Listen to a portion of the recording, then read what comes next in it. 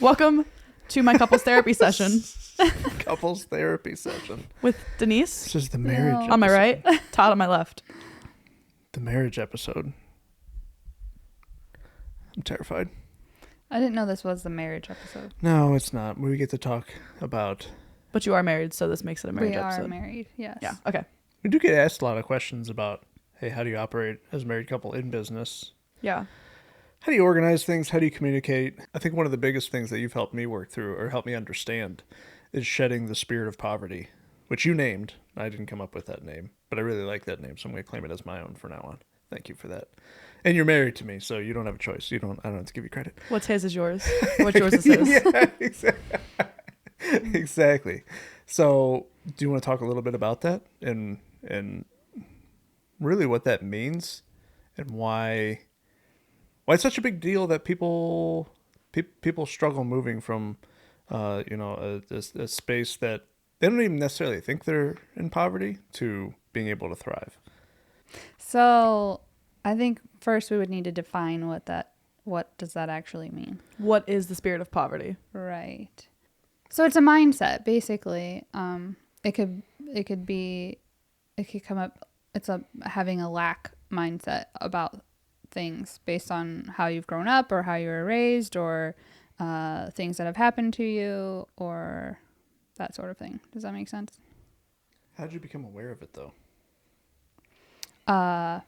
We got married, and you had all these really big aspirations.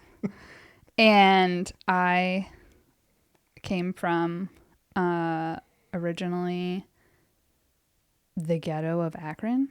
Most people don't know that. Even in high school, they didn't know that I came from there. My mom moved 5 kids to then Uniontown, and we lived there, and that's where we met in first grade. My husband. And then I loved you right away. You did. And you wanted nothing to do with me. Yes. And it took you how many years? And then you moved away in like 4th or 5th grade. No smoke signal, no text message. There was no phones then. No pigeon? No pigeon. Yeah, no nothing. And then, so I was calculating this morning. I wrote down how many times I've actually moved in my life. And that's between 17 different locations and 22 times total. And so I think I've come from literally the ghetto. It was a bad area. Like there's a strip club down the street. There was a like little supermarket in our backyard. And then slowly, like each house we moved to got a little bit better and better as my mom, as she made the decisions that she had to make. And so, yeah, I don't know. Did that answer your question? And she did it with 5 kids, which is impressive. She did it with 5 kids, which was, I don't, like looking back, I have so much grace and mercy for her because she knew that it was the right decision, though it wasn't an easy one. That actually, I would have been stuck in the ghetto of Akron in a house full of veterans, because we lived in a house full of veterans with all kinds of issues. Yeah, it's kind of wild to think of. Well, I think the reason that's important is to recognize you physically, like a lot of people may physically move, but they never mentally transition out of it. Yeah, so I was stuck for a long time in different areas. Do you mean mentally or physically? Mentally. Where I didn't believe that we were one, that I was capable, or 2, that that it was something that God would have for me. Keep it together. Yeah. So no, you're fine. You're fine. Well, what you taught me in that, because I never experienced that. Mm-hmm. We always make the joke that I had a golden childhood. He did have a golden childhood. Yeah. So since I had a golden childhood, I never really, I always had, well, as you mentioned, I always had a lot of aspirations. I had big goals. I was always working towards something, and I always saw them as not only believable, but possible. And not even just possible, likely. So when I would be working towards things like that, one of the things that you taught me in this is, say I was working with somebody else to help them through something and be like, hey, you can go from this stage to this stage, financially or in business very quickly by just doing this. But they would struggle somewhere and be like, well, what? Just do this. Just take this physical step. And then you would remind me, well, they are taking the physical step, but mentally they haven't yet. Spiritually they haven't yet. That's why they're remaining the same in the way and the pain that they are, because they're more used to this chaos and pain. That's actually where they thrive versus in peace. So you had to learn how to accept peace into your life. Yeah, it's when you're talking about money, like, and not having enough money, that side, you just know to work more. Like, that's what you're taught. Work more, and then you'll have more. Trade more time. Yeah. Have more money. So. You've overcome that. Yeah. Not to the same degree, but definitely. What do you mean not to the same degree? I feel like the same thing we joke about how I overcame a lot because of you, like being able to watch you. Same thing with her, where like I watched you go through that. And so it made it a lot easier for me to progress through learning that I don't have to trade all of my time for money. Yeah, because I gave up a lot too, to do what we're doing now. A lot of people don't recognize that when God calls you to something, you don't, like, you there's stuff that you give up in order to move forward, or that you leave behind, Yeah. You have to let go of things that aren't for you. Like, Do you want to give an example of that? when you talk about like leaving good for great, I mean, I had a great job. You made way more than me. I did. Yeah, we don't talk about how they had a single income household for a moment. Yeah. Oh yeah, when the business was first getting off the Yeah. ground? Oh yeah, now some people know more about my story now from previous episodes Yeah. and understanding that I was trying to figure out like where lunch was coming from. But after her and I got together, even after that point, like I was still trying to get the critical mass of the business moving. So we got to a point where we were living completely off of what she was making in the beginning. Yeah. What was your job at the time? I was a systems engineer. Okay. For a software company. Okay. But then we had Wyatt, and I knew that what I wanted for my family, the vision that I had for my family, or what I really wanted, that my lifestyle would have to change and I would have to change and drastically in order for me to have those things. I had to get better. Yeah. Well, you used to sleep in the parking lot of your old job and then just go back in the next day because you worked that many hours. That was a real, I mean, I would work 16-hour days, 18-hour days, because they were a startup company, and they were transitioning buildings. And looking back on that, I'm like, I would never do that ever again. Yeah. Like, that was terrible. And I was the only one doing it. Like, nobody else was doing it. Yeah. Like, they literally said, oh, you can actually, instead of sleep in the parking lot, you can come and sleep in the room, just bring your pillow. And I was like, looking back on that, I'm like, wow, like that's not healthy. Yeah, recognizing that wasn't the life you were looking for long term. But at the time, you had lived in different situations and places. Yeah, and you so had I was like, I'm chaos. going to do what it takes. I'm going to do what it takes to get, to get this to where it needs to be. But I really, that was for somebody else's vision. And that was like, I don't want to do that. I don't want to build somebody else's vision anymore.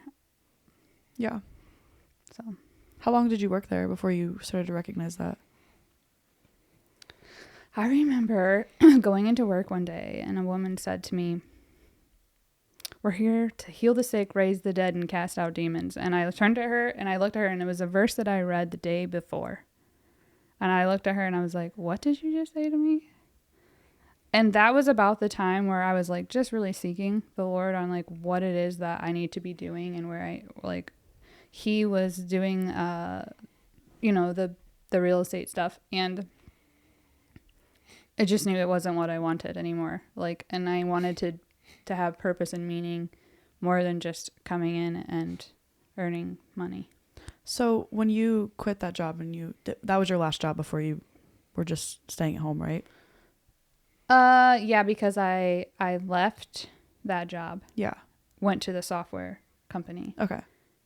and then went back to that job because they offered me more money, which was not worth it. But good learning experience. Was it hard to leave when you were like done altogether? Was it hard to leave the Yeah. second time? Yes. No. Okay. I remember like coming home and being like, I don't understand why they function like this anymore. And so I was like, I don't want to function that way the company functions. And so I was like, I quit. I'm quitting. So I did. What did that look like for you guys when she quit? Well, Where were you at that point in your business and stuff? we were approaching, at that point, I would say we were approaching stability. Okay. We were consistently closing deals at that point. Yeah. He was approaching stability in the business, but I was approaching the dip, is what we call it. Okay. And that's like when you leave something and it's such a big change. But I also was in motherhood for the, and So Wyatt was here already. Wyatt, okay. I couldn't remember Wyatt the timeline. was here, and and then He wasn't even a year old yet. Okay. and then I knew that it was the right decision, but it was the hardest decision I ever made in my life. Yeah.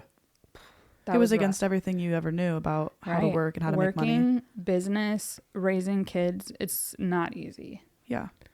We had our first house. Yeah. Yeah, That's that when you I- were in Uniontown. We That's had our that's first when house. that's when our first house came together. Mhm. Yep. Yeah. And I wanted a place to live. She could buy a house. I couldn't, so she bought a house, and I followed her. Yep. You know what I love about you so much? What? You see me start to get emotional and you always lighten the mood. I'll handle this. Yeah. He's like, I'll make people laugh. I'll deflect. It's okay that I get emotional. It was a hard time. Yeah. And so when I think about it, I'm like, that was a hard time. Yeah.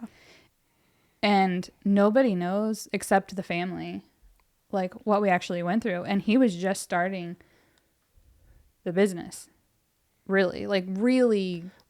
I mean, with some momentum. Yeah, Yeah. we could count on it consistently. Yeah. Hey, we're going to close 2 deals a month. And this is where, I mean, granted, this is, 8 years ago now, 7, 8 years ago now, but like, I remember that period because it was when we would like come to your house. I was in like freshman high school maybe, and we would come you to were your younger than that. maybe like 7th, 8th Yeah. grade.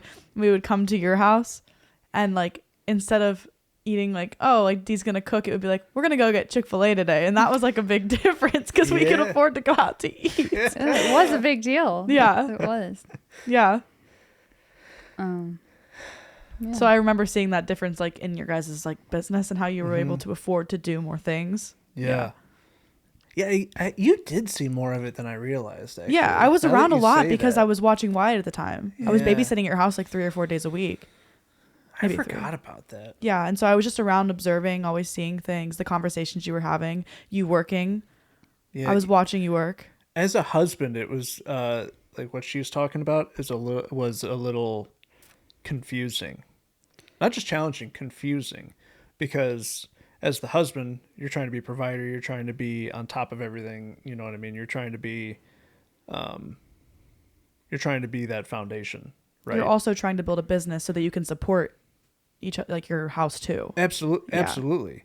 So, but what's interesting in that, one of the ultimate goals as a husband was let's retire the wife and let's make sure she can be home, and then we can make decisions from there. That's when I really learned about what we've named the dip. Yeah. Is because the dip is when you leave your job and you think like this is my ultimate goal, and then you recognize that you actually associate your self-worth with your work. So instead of feeling like an entrepreneur, I'm building a business or I'm going to do all these great things, you feel unemployed. Yeah. Which is a huge difference in mentality. So you go through this dip in this really emotional time that you have to work out of, especially if you don't Which I have a plan. believe that you did that before we got together. Me? Yeah. And I don't. So again, I'm weird. I don't know if I ever went through a dip. I really don't. You did. You think so? Absolutely. You did. subconsciously I block it out. No, you just want to believe that you're. I just don't You're remember not mine Superman. because I went from like pain to pain. It wasn't like I never had this job that I made 80 or 90 or 100 grand at. No, but that's a money thing, not a Mentality. not a struggle thing. You struggled. You shared with me in the beginning, like struggling, like reading books and like, are you getting anywhere kind of thing. You struggled. Yeah. It just looks different for you. It's gonna look different It for wasn't everybody. as drastic as mine. Mine was pretty Yeah. deep in the dip. I guess that makes mine just seem simple. But it's not. It's not any less of a dip. It's not. Any less of the definition. Yeah, It was just less, right. maybe less drastic or less emotional or. Right. But I had to go through a lot of emotional healing and a lot of. That's the stuff where we see a lot with our clients, as they're coming out of, that poverty mindset, the emotional healing and mental healing from the lack of resources. It's really cool to watch you guys work together, especially when you're working with like a one-on-one client or like a group of people, because you can always, I'm pointing at Todd. Todd can always solve the business problems and the business aspect of it. If there's a problem, you have a solution. Yeah. You know the next step. And you, like you said earlier, you don't realize there's always two sides to the coin. There's always an emotional side that's going to come with it. And you're always the first person to step in and be like, here's what they're feeling. You have to empathize with them. This is why they're acting the way they are and making the decisions that they are right now, because this is how they're feeling about it. Even Where you're more- able to detach your decisions from emotions. Yeah. She had to go through the process of like, she still does, like the opposite. Even more impressive. There's actually 3 sides of a coin. Okay. So you have tails, you have heads, and then you have the side of the coin. Yeah. I'm pretty good with heads and tails. It's Yeah. when it's on the side of the coin that she shines. Yeah. Because I'll be like, look, I handled this emotional problem, right? We're over that. Great. We're over it. Perfect. And now this is the business tactic in which you need to move this direction now, and you'll get this result. And then she'll come to me and remind me, or she'll go to that person and say, yes, you spoke about the emotional piece. Yes, that's the tactical business move that needs to happen. But what you're forgetting is their past. Yeah. Like they have to recognize and heal. It's the trauma heal. Yeah. That usually is the one that will evade me because I'm just ready to move on and I haven't experienced something like that. Yeah. Everybody processes things at different paces. And I think it's very important. Oftentimes, your quickness to move forward is what's needed, because people want to sit in the feelings of things. But there are times where they actually they need to let it out. They need to cry, or they need to, feel the feelings and invite God into that moment so that it can be healed. Because most of the time, people are just walking around and they're wounded, and they just keep going. And that's where exhaustion and tired and run down and beat up feels like they're just going when they haven't taken the time in those past moments. You can always heal from your past. You shouldn't sit in it for forever. But that's a choice that people have to make, that they're ready to heal and move on. Okay, I have a question. Hmm. And we're talking about the spirit of poverty. Hmm. When was the first time that you realized, like, it was in your conscious awareness, like you were dealing with the spirit of poverty? Like you realized, like, this is something that I'm going to have to work through, and you were like, it's going to be harder than I thought it was. Was there a moment? I don't think there was a moment. I just, because of what we do, I see it a lot with other people. Okay. But when I was going through my healing journey, a lot of like when we got our house or when we got a car, I don't see things as like such a valued importance. Yeah. But others do. And so then they associate, oh, it must be nice to have those things, or it's like, literally people had said to me, I'll never go to her house because it's just showboaty or whatever. And they don't know what I prayed as a little girl when I lived in a house that was big. and never felt safe. Yeah. So I prayed these prayers and I put the work in, and I was willing to heal from all the yuckiness of bad decisions, my own bad choices, things that happened to me or things that I saw or experienced, that kind of stuff. So I was willing to put the work in. It's not easy to walk in a healed and freed space every day. It's a choice every day. Yeah. Because I remember from an outside perspective, like when you guys came and saw this house for the first time, Mm-hmm. that was a big moment where I recognized it in you, that you were overcoming it, because you were not a mess, but you were having trouble with it. And I don't know, can you describe the feelings that you felt when you first saw the house? Was it guilt? Was it like... No, when I Okay. first saw the house, because we lived in a very nice home. I loved that house. It was the first house that Todd and I bought together. It was your average, I would say, like a normal house. Like, It was Yeah, a it's nice. 2,500 Yeah. square foot Yeah. ranch that she redid everything. She's got a great eye for design for anybody that doesn't know. So, like, you can walk into anything and it not look good. She can make it look amazing. You're like, how does it feel this good? yeah. So, yeah, no, it got into that point. That house is great. It was like a 3-bedroom, yeah? Yeah, then we made it a 5 because we finished the basement out and everything. Yeah. Yeah. So it was a 3-bedroom house. Like, I would say it was a pretty... Yeah, no, Anyway, it continue. was nice. So, what was the question? I was asking what you felt. Like, what were the emotions that you had Oh. when you came to this house for the first time Well, that when you were I overcoming? first, actually, two of our good friends, Tommy Green and Jerry McCune, we sat in the car and they're like, why won't you get the house? Why won't you? And I was like, Just for clarity, I wanted it. yeah, I wanted Todd like, wanted a bigger house. all and the I stuff did not. thing is Yeah. Todd. It was always on his vision board. I remember going Yeah. into your house and you always had your vision board pinned behind your desk, and it had the big house, and then it had your car. Now it's behind you. So It looks just like It it. actually does look just Can- like it. can I grab that? Isn't that? Yeah, if you want. Well, you won't be able to see Yeah, it. well, yeah, well, it's Yeah. okay. yeah. But it looks just like it. So, they asked me, we were sitting in the car, and it was actually after one of our events that we had. And they're like, well, why wouldn't you? And I was like, the answer that I had was because I didn't want people to know that I had money. Mm-hmm. Because if they knew that I had money, that they would look at me differently. we had never, Which by happens.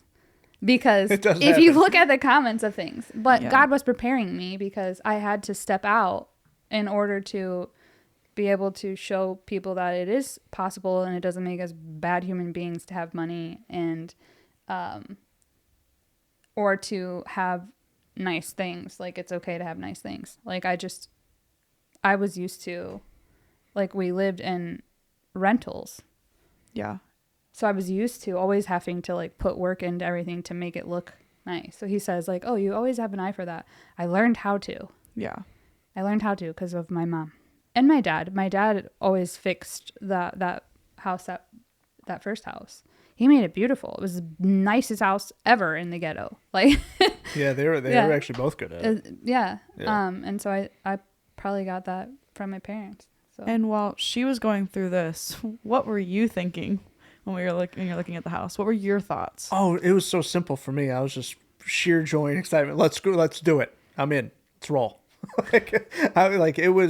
It was simple for me, but that's when I didn't understand, or when I was beginning to understand, that the spirit of poverty is like a blanket that weighs on you and you have to take it off. Yeah. Like, your situation can change, your physical situation can change, your monetary situation can change, but if your internal situation doesn't change alongside of it, it can keep you in that same spot. And that's where people get so confused about, like, I've done this, this, and this, but nothing actually changed in my finances or my life. Well, it's because you're still wearing the blanket. You actually have to take the blanket off. Yeah. Did you ever have that blanket? Was there? No. No. Okay. No, that's why it can be difficult for me to. I really try to place myself in other people's shoes. I really do. Yeah. And it's not because I grew up rich. I didn't grow up rich or anything, but I grew up in a household of opportunity Yeah. and try new things. It was You had a positive environment. Like, I was never in an environment that was in lack. Yeah, you had the capacity to think about those things. Yeah, the most lack like- I ever had was when I left all that and then tried to build my own thing. Yeah. So that's when I had my most physical and financial lack. But mentally, I still didn't have lack. I was never in a space of, I can never do it. It's just, it just hasn't happened yet. I just have to keep trying. So when you went to buy the house, how long did it take you from like realizing, having that conversation to buying the house? Did that conversation just change it like a flip switch, or was it something you started to overcome? After the conversation with our friends, I went into the house. I think probably 2 days later, I got on Zillow. And the only thing that Todd ever had said to me was, it has to be a garage with like 6 cars and a turnaround driveway. And I was like, okay. And so I was like, okay, Lord, let me just look. I'm going to look. Like, but you have to understand, I was coming from a place where I had moved over 22 times in my life. And for context reference with that, I've moved 3. I didn't want to move ever moved again. Once. You've moved once now. Yeah, like I was, like everything was stable. I never wanted to move again. I was like, this is it. This is our home. We're going to live here. We're going to do our stuff, and that's it. Especially because you felt probably a sense of safety and security in that home. Yeah, I was safe. Yeah. And then I looked on Zillow and I found this house, and it was off the market, and then it had just come back on. So they had listed it and then took it off the market. And it was a turnaround and the 6 cars, and I was like, A motorcade, if you will. oh boy. Oh boy. So you found this house, not you? She found it. Mm-hmm. Okay, I thought it was you. No, this is the only house we looked at. And so Okay. we would drive around in different neighborhoods. And so one of the things that happened was there was another neighborhood that we liked. Across the street. Yeah. The one across the street. Yeah. So, I mean, there's literally 2 neighborhoods that Yeah. we wanted to move into. Yeah. And I prayed in that neighborhood. I said, Lord, let somebody be upgraded or blessed so that we have an opportunity to buy in this neighborhood, like when the time is right. And the person who lived in our home bought the house and then the neighborhood. Our favorite house in the next neighborhood. In the over. next know neighborhood, that. which was it was like $2 Oh, it was amazing. and a Like, half it's million dollar. 10 or 11,000 square foot, has a bowling alley It in it. was gorgeous. Yeah, Oh, wow. And so He then went we and were, bought that one on the hill. we Okay. were able to buy this house then, and it was scary. Yeah. Because I was like, can we handle something like this? Sometimes I still say, oh, this is so much, this Yeah. house is a lot of work. And I'll be like, take that blanket off. But it's ours. The Lord blessed us with it, and so it's our job to steward well what we have and continue to move forward in what He's called us to do. Yeah. Something that we talk about often is like our vision of like the house that we want. And Todd's like, I want a fortress. I want somewhere where I never have to leave. Mm-hmm. And like, that's what this house is. That's why you guys don't go out a whole lot. I mean, you go out like obviously like a normal person, but you don't leave super often. You didn't get a house so that you could like leave. Is that the same idea that you had when you were getting a house? Was it because you moved so much you wanted somewhere where you stayed? Yeah, I do like traveling. Yeah. But It's kind of tough to keep her planted. Yeah. but that's why it's necessary for me to stay. I think God challenges us in that the things that we're used to, oftentimes He wants us to do the opposite so that we learn how to get better with something. Does that make sense? Yeah. So Did you guys have to make any sacrifices when you got this house? In what way? In any way? Like, were there any things you had to give up to get this house? we had already been sacrificing. We just Yeah. continue to make decisions that were going to improve our financial life. Moving into But this I do house? want to Okay, clarify. go ahead. This is just a house. Yeah. And I think it's important that people recognize that we're talking about a physical item, but it has nothing to do with a physical item. It has to do with what God put inside of me and what God put inside Todd. Yeah. The house is just the easiest example of Yeah, this. it's just Yeah. an outward example of.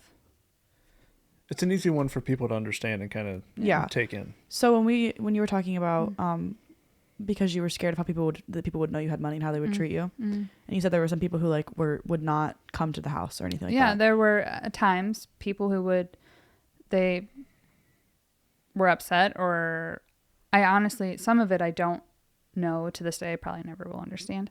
And then there were people who really celebrated and was like, wow, this is really cool. Yeah. So how did you guys manage that? What was your approach to that? Like mentally or even outwardly, like how did you navigate that situation? Because I'm sure there's people out here who are on the brink of like maybe having more sums of money in their lives and they're dealing with the same thing because their families could come from the same place that you did. You have families who your family loves you, first of all. Most families, hopefully. But oftentimes, like, you are managing their emotions. Yeah. Like, and not that you want to, but because they're not out of the mindset, or, you know, they didn't go through the growth process that you went through, or the healing process of it. And, or the disciplines even of it. Yeah. And so there was some of that. Also, they love you, so they're fearful for you. That was a big factor too. Yeah. Yeah. And they want to, and you know, some people want to see you do really well, and there are others that secretly it just don't. shines Yeah. it shines Yeah. it shines And a that's light the on reality it shines of a it. light on them. Mm-hmm. You Like kind of had to walk through this with her when this happened because you have always cared just a little bit less about other people's Cared opinions. a little bit less. Yeah. So what was your approach to this? Like, how did you guys walk this together? My approach was, if we have one shot at this, if we're gonna and we want to focus on our enjoyment, our progress, our focus, I'm here to listen and to act in line with that listening. Yeah. So if I'm being told, if I'm hearing to make a big change or go down a different path, I can't consider what everyone else's opinion of my calling is. That's really good. So if I'm listening to everyone else's opinion of my calling, it's never going to be enough of a satisfaction. It's never going to be enough of a reason for their satisfaction, whatever decision that I choose.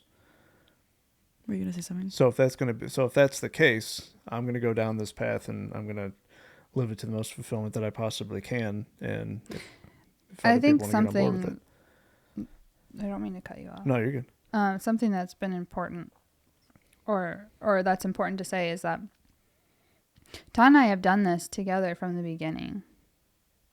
In everything. Yeah. Like, when you're married, you're doing things together, hopefully, right? Yeah. And so that's the goal. That's always been our goal and our focus. And so people want that because it's healthy. Mm-hmm.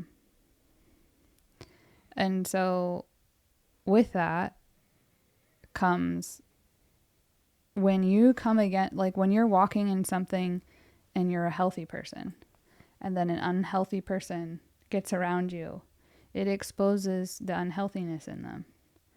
And sometimes their reaction isn't always the best. Yeah. Or sometimes it exposes something in them that was been hidden for a long time. And so I don't know why I'm talking about this. I just feel like it's necessary that as you're coming out of that mindset of poverty or lack mindset, but even in your marriage or in your finances, your relationships, your business, you're gonna they're not always gonna say nice things about you. Yeah. Or agree with what you're doing. So when we say the spirit of poverty, it doesn't necessarily just mean money. Yeah. Like, it could mean peace in your life. So her example being, you know, moving between 17 and 22 times before the age of 25, essentially, at that point. I think it was more like 29.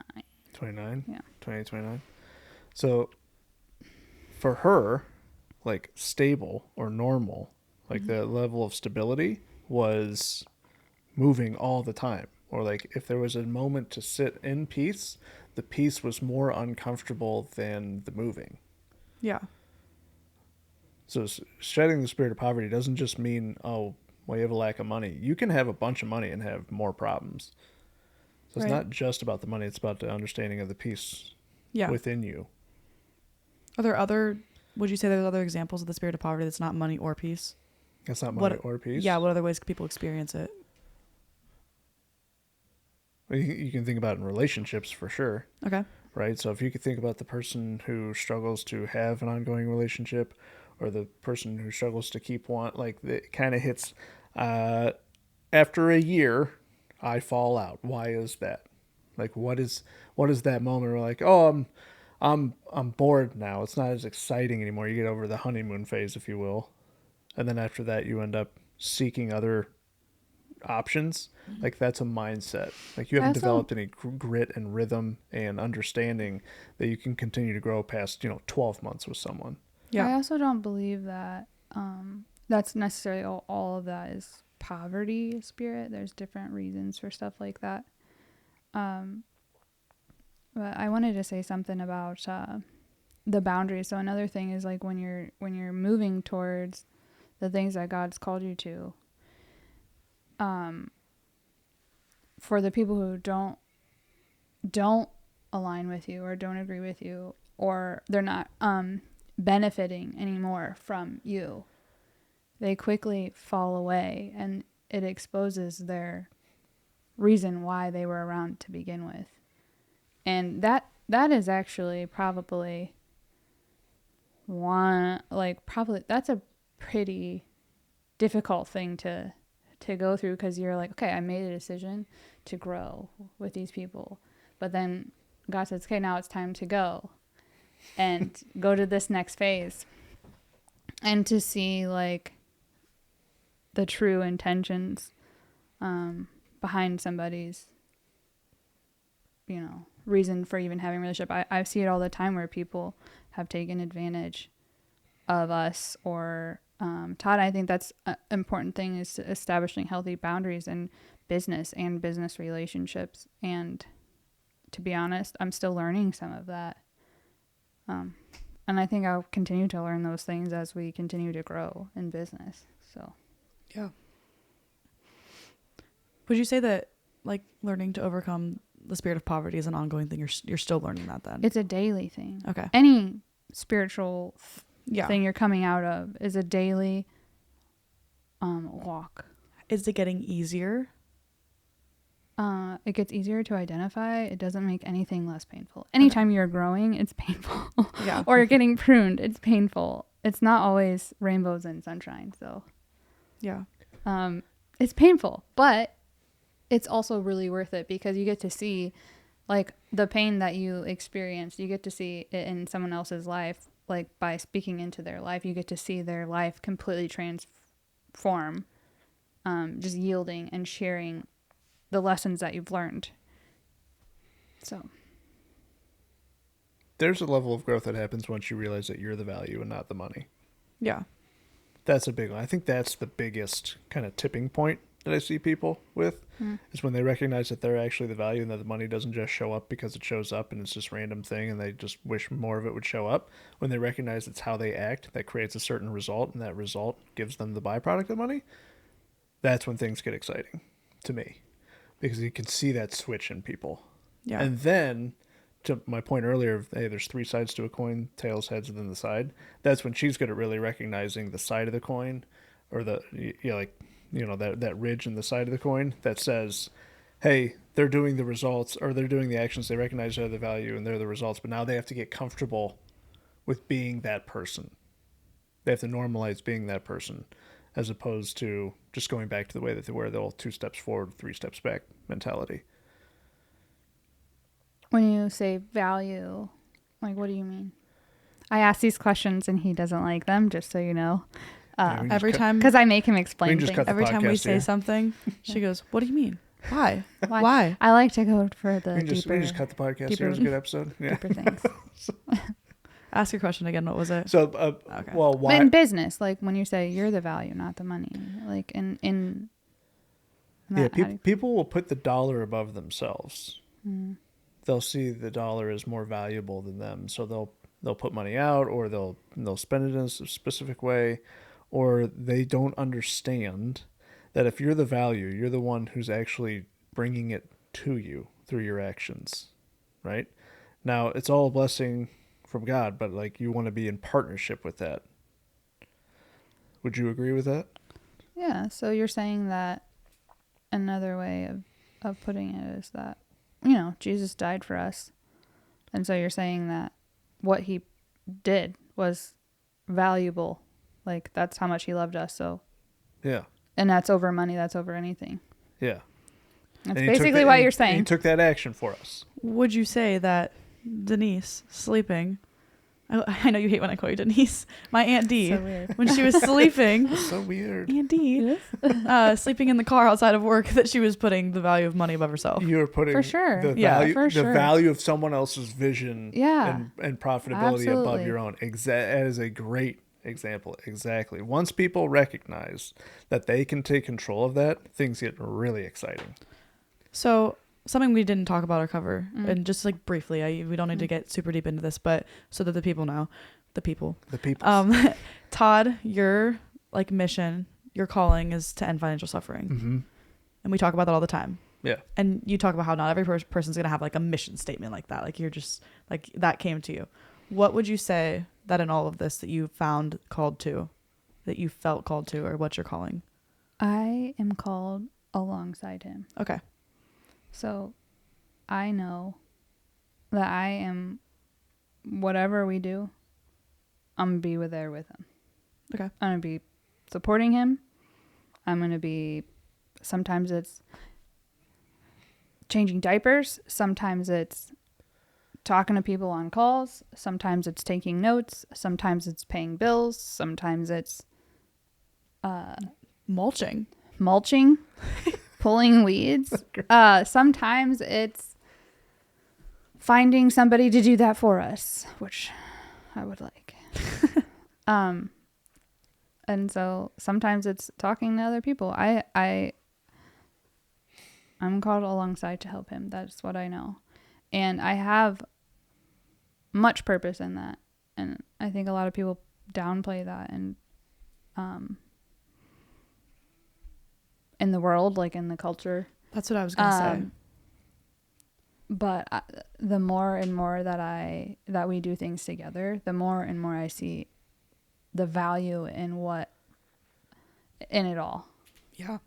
I think that there's a big, I don't want to say stigma, but like there's a negative aura that people have around like you saying that your calling is to like be with him and walk with him and do it with him. Mm-hmm. There's people who don't agree with that, or they think that you need to have your own separate calling, but that is your own calling It in is. itself. That's Well, he wasn't there when I was fixing and painting houses and learning how to do drywall at 12. yeah. Yeah, she's He- more skilled at the physical side of real estate than I am. I'm able to go in and be like, oh, you could take down that wall and put this here and do that. And he wasn't there when I was learning those things. I don't necessarily do all those things, but there are times in my life where I had to pick up a paintbrush and start painting the wall. Yeah. Or, tear down walls. I mean, I literally have a picture in my living room of me and my dad, and I have a hammer knocking out walls. Like, I love that picture because I'm Yeah. like, that's where I learned, like, how to roll up my sleeves and get into it and do what needs to be done. Now, was there a time when you felt not lesser, but like insecure in that calling? Were you, because other people were saying things about it? Well, most people just call me a stay-at-home mom. They have no idea what I do Okay. throughout the day, which is okay. I'm okay with being called that. I think it's an honor. So say the question again. I was asking if there was ever like a time where you felt an insecurity to that. Like you For didn't feel like you were doing For enough. sure. I remember driving back from one of the events in the car and being like, I don't want Todd to be speaking, because if he's speaking, then people ask me questions. And I don't want to be seen. I don't want to be in the public eye. Look at you. I know. Even this, I'm like, Lord help me, because it's by the grace of God that I'm on this podcast. I don't need that. Yeah. So yeah. Yeah. Does that answer your question? Yes. Yes, there are insecurities that I have. Yes, it's difficult at times. People call or text him at all hours of the night, all the time. Like, sometimes I just want him to be my husband. So sorry. Yeah. The 4 a.m. text from me. And not be I am constantly those pulling people. on him. Like, because they want something, and they want advice. They want to know about a deal. What's his opinion on something? Sometimes we have those conversations where I'm like, you have to stop. I need a break. Like, I need family time, or I need time. Your question about, does anybody ever say anything, or they don't agree with, like, walking alongside someone? Yeah. Their biggest fear is being under authority. Okay. So being under authority is one of the most powerful things that you can do. And people see that, especially in our culture today, as a weakness, when in reality it's one of the greatest strengths that you can have, is be under the right authority. I'm not saying she's under my authority. Yes. Yeah. No. I understand what you're saying. But my point is, like, independent. Like, you don't want to be independent. You want to be interdependent. Yeah. It's different. When you say it's different, explain what the difference is. So independent is, I want to do it all on my own. I want to be the authority. I want to be the one in charge. I want to be the one with the strength, the money, everything, the decision making. Like, they think they want that responsibility. They want all the power. Which they think they do, but they really don't. That's independent. Okay. They want to do it on their own. I'm self-made. Nobody on this planet is self-made, by the way. Nobody, right? Even if you're running a high production podcast for $0, right, Nolan? Thank you, producer Nolan. Thank you, producer Yeah. Nolan. Hey, we're gonna have to get a camera for you sometime. It'll be in the budget next time. But that's independent, right? I want to be self-made. Interdependent is, I want to partner with God in my calling. I want to be interdependent under an authority that is going to help me reach my maximum potential. And also with the right relationships, because sometimes you're called to be under somebody else's vision. Yeah. And you're called to serve under somebody else's vision. And so that's also a thing too. But that in of itself is still your own calling. Yes. Yes. Because There's no shame in that. No. People see that as a weakness, though. Yeah, they think It like is- it you're a isn't. sheep and you're just following other people. Mm-mm. You know. Yeah. That's why I think culture within business, like, and having, pouring into your team members and stuff like that's really important. It's also really important to have a safe space for calling out people. Like, One of my favorite things so, in business over the past decade, one of my favorite things is to watch someone ignore her thought or idea in business or whatever it may be, right? And then because they don't understand authority, right? Yeah. Or they think they want to be self-made or whatever it is. They want to be independent. I'll just repeat what she says, and they'll go, "That's a great idea." I'm like, "That was hers." It's hilarious. It really happens often. Like, it's Like, hilarious. so many. People don't realize But how business oriented I'm you not are. even offended by it anymore. I really am not, because I just recognize that they just couldn't handle it coming from my voice. Like, it needed to come from his voice. It and shows that's their o- weakness. That's Yeah. okay. That's okay, as long as they get what they need. Yep. And Honestly, that's Yeah. how I feel about it. I think that's where we've grown a lot too. Is Mm-hmm. because we have thicker skin, but our hearts have softened. Yeah, that's a good way of putting it. Yeah.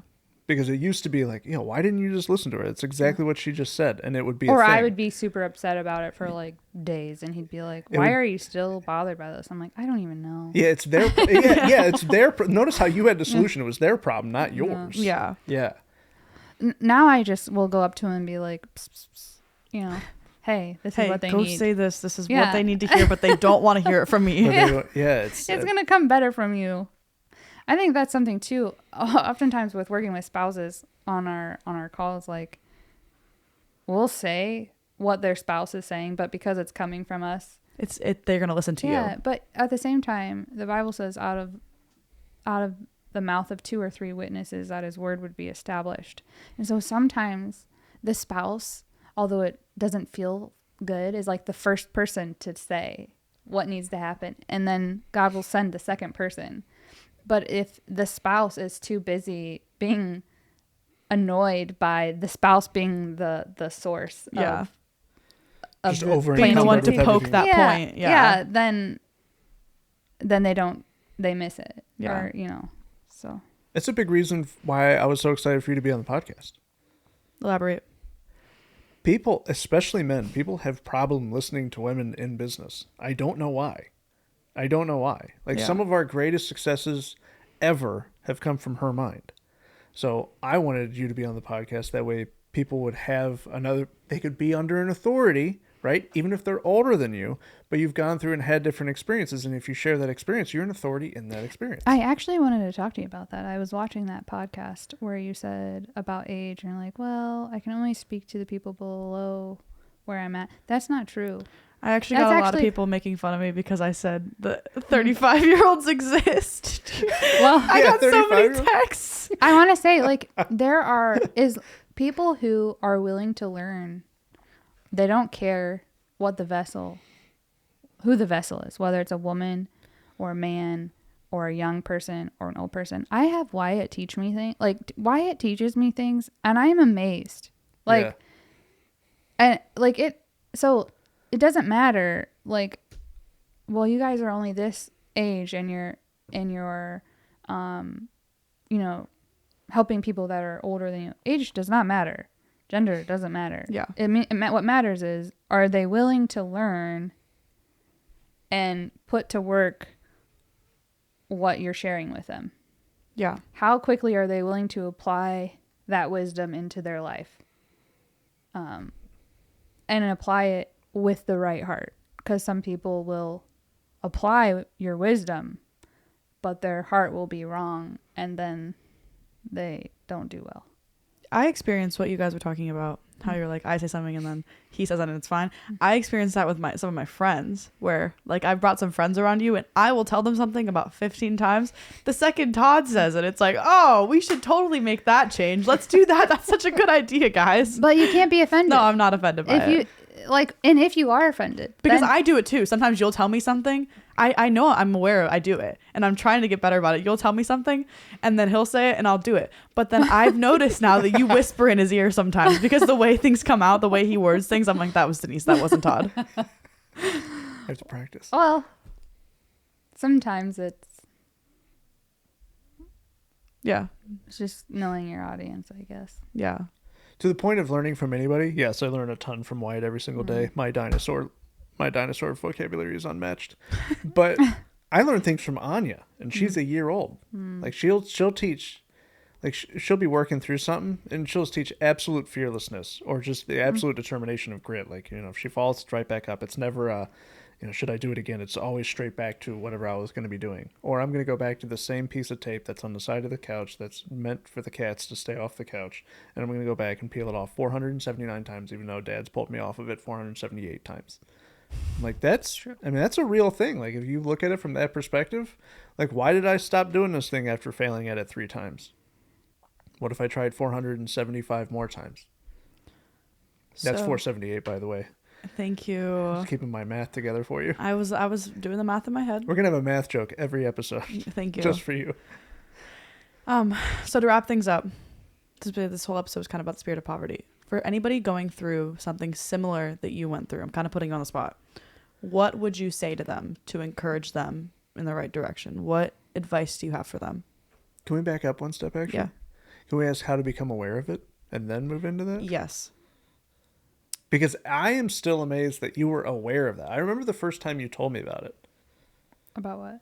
About essentially the spirit of poverty. You talked about how you sat down. I probably came to you and was like, I have the spirit of poverty. That's probably what I did. So that is how. Yeah. You were crying a lot of the time, so that's probably how it I went. work through a lot of when tears. the Lord in is this like house. touching me on something, I just cry. I can't help it. And Yeah. you know what? I don't even care anymore. I just don't. If Yeah. I'm crying, it's probably a good thing. So you should just Yeah, I got all the time. Why it'll come up to me, Mom's sad. Mom's not sad. She's fine. It's a happy cry. Most of the time, she happy it is cries a lot. joyful. Yeah, Yeah, just, joyful tears.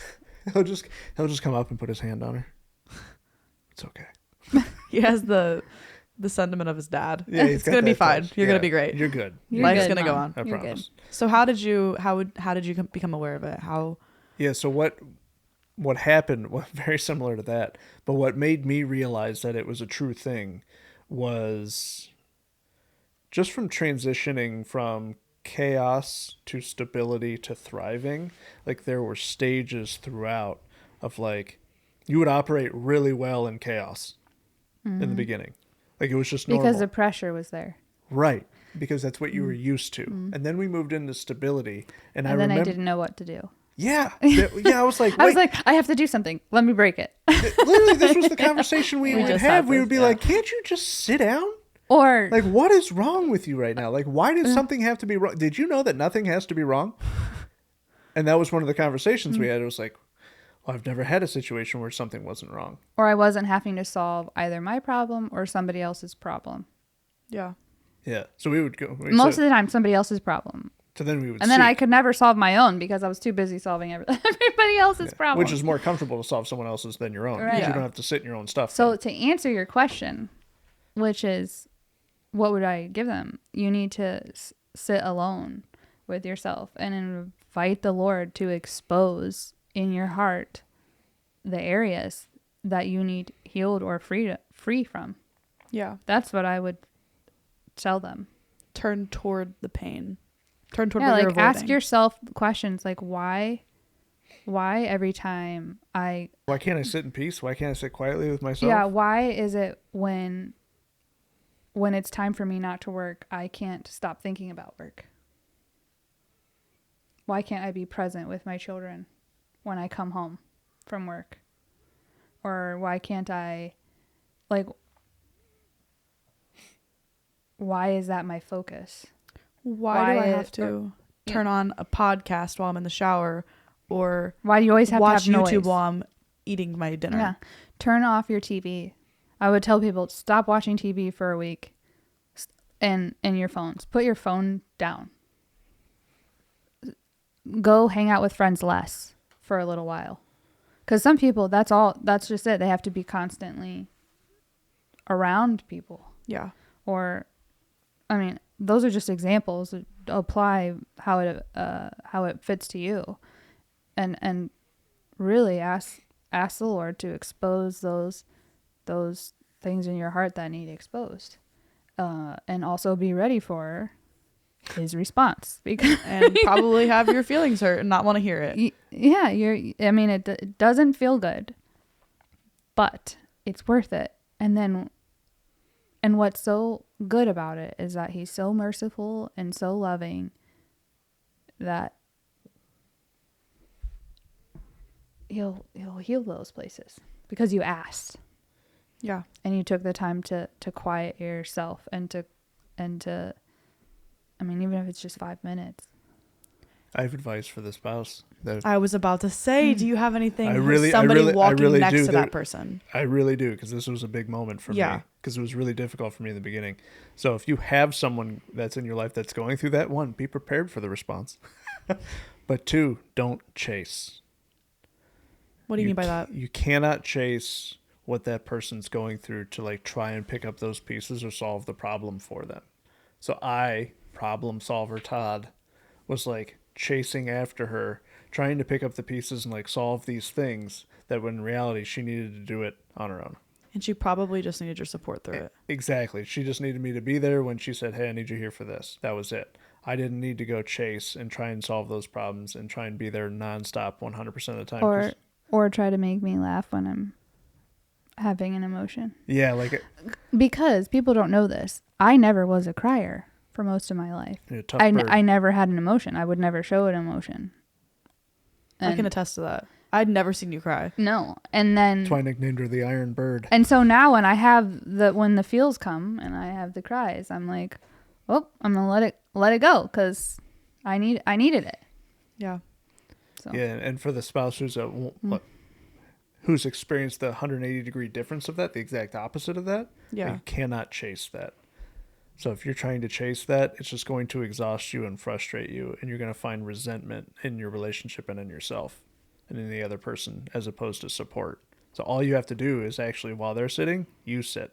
I think just as much as she's gaining an awareness of it, you also need to have an awareness of it, of what's happening. That's how the other person's going to learn about it. Yeah. That's how I learned about it. Because Yeah. I never went through anything like that. Yeah. I never had a space where things were extreme lack. I never had a space where I didn't have the ability to sit down. One of my greatest traits ever was that nobody was better at relaxing than me at one point. Yeah. So in that, you get to learn that through the other person. I think this was really good, and this episode's going to do a lot for people. I know you don't like being on the camera, but you're definitely going to have to come back. Yeah, see you next week. This is good. Thanks.